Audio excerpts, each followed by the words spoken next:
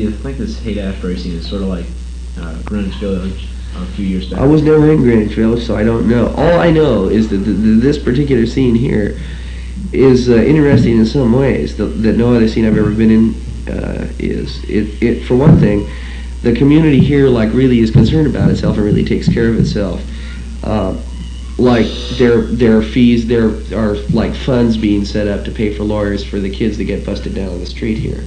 You know, from just anybody. Like you could be spending a weekend in San Francisco and be out on the street and get arrested and thrown in jail. And if you don't have any money or don't know anybody in town, you're in bad trouble. So we're setting up an attorney thing. You know, so there'll be an attorney on call for anybody who gets busted. Is that right? Like a couple of Sundays ago, everybody in the whole Haight-Ashbury, everybody who lives out here, went out to the streets, down to Haight Street with buckets and brooms and mops and stuff, and like cleaned up the street.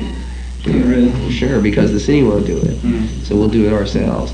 And that's the way we feel about it. Like if the city won't do it, or the government won't do it, or the cops won't do it, or somebody won't do it, we'll fucking well do it ourselves. Because we're all like, we're in a position where we're responsible because we've chosen to be, not because we've inherited it. You know, we started all this from nothing, just people moving in, and decided let's get a little bit friendly and let's get a little bit closer together and let's just see what we're trying to do. And what we're trying to do is like live a good life and have things happen in a good way, and not put anybody uptight, you know, or not scare anybody, and not make any enemies with anybody.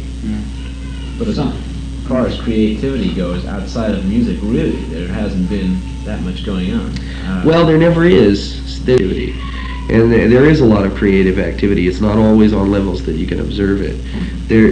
Because there are different trends happening now in the things that we used to call the arts. For example, the guys that 6 or 7 years ago, if you were a painter in San Francisco, you never sold anything. You never sold any paintings because nobody in San Francisco buys paintings. There's no place to sell them. Painters can't make any money. But a guy with a light show can make money. The guys with the light shows now are the guys that were painters a few years ago, and they're finding out something new about color and about the eye and about spontaneity. You know, those are all aspects that the plastic arts have never had before. Poster design and printing and those kind of things, skills, you know, and all these posters here, they're the product of a lot of people's work, and that means a lot of people in this area are working at something, are getting some kind of return from it. The people who run the dance halls are doing a thing. The people who are being managers and businessmen for everybody are doing a thing. There's really a lot going on. A lot of people are opening stores. You know, see, like, not everybody is an artist, right? Yeah. Not everybody is a creative person, but not everybody has to be a bookkeeper or a businessman in order to make it. They can, like, get into something that turns them on a little and find some way to help it, you know, find some way to do a thing with it. Like, with our scene here, we've managed to employ just about everybody we know in some capacity or another because everybody has something they can do. And that's kind of what everybody's trying to do. Like, we're not trying to make everybody an artist or inspire the creative element in everybody, but we're trying to make it so that nobody has to fucking worry about it or sweat about surviving. You know, if you wanna like not work for a year so you can try your hand at writing or try your hand at painting or something like that, maybe this will soon be a situation where you'll be able to do that, and that would be mighty nice. You have a job for Kramer, he wants to be an artist. You know, someone told me that they read in the Chronicle or something that said Jerry Garcia, and then it said member of the Hells Angels or something like that. I don't know about that. I'm not a member of the Hells Angels, although I see a lot of them and they come around pretty frequently. How do they strike you? I like them. They're honest and they're out front and they don't lie to you and they don't you know, they're okay. They're good people. They're brutal.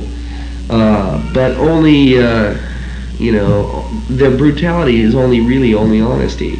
It's not, you have to know a few of them. They're kind of like the cops, in a way. They have a very heavy standard, you know, of what they do and what's right. But according to what you said before, brutality isn't what you... No, but I'm not talking, their kind of brutality, that's their scene, that's not my scene. You know, they're also capable of not being brutal. And like I say, they're honest, you know, like in their dealings. And they can be depended upon in a funny way. Like when they had the scene up here, the Be-In, you know, there were so many people. I've never seen so many people in my life.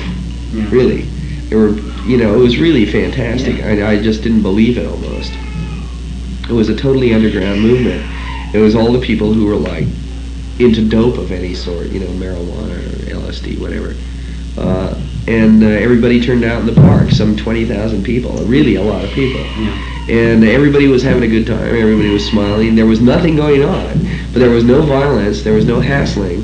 And the Hells Angels were, well, one of the things that happened was somebody came along and cut the lines to the PA and the electricity. We were using big generator trucks, you know, and sound equipment.